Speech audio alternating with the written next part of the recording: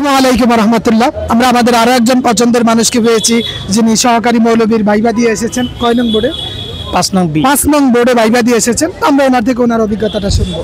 আসসালামু আলাইকুম রহমতুল্লাহ। প্রথমে ধন্যবাদ জানাই শাহজালাল স্যারকে। তার অত্যন্ত আন্তরিকতা এবং চেষ্টা আমরা কোনোদিন ভুলব না।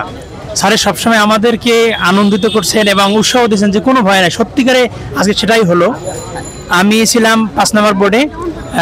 যিনি আমাকে প্রশ্ন করলেন, প্রথম আমাদের লিখিত যে পরীক্ষার প্রশ্নটা ছিল সে মাইউতি আল্লাহ রসুল ফাকাদুর রাশাদা, এটার অর্থ বললাম। তারপর হচ্ছে ইউতি এর আপনি তাহাকিক করলাম।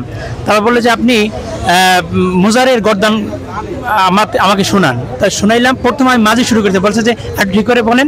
তখন আমি বললাম, বলে স্যারে বলছে খুব ভালো হয়েছে এবং যান আলহামদুলিল্লাহ। খুব বলছে যে আপনার জন্য দোয়া রইল, এইবার বিদায় দিল।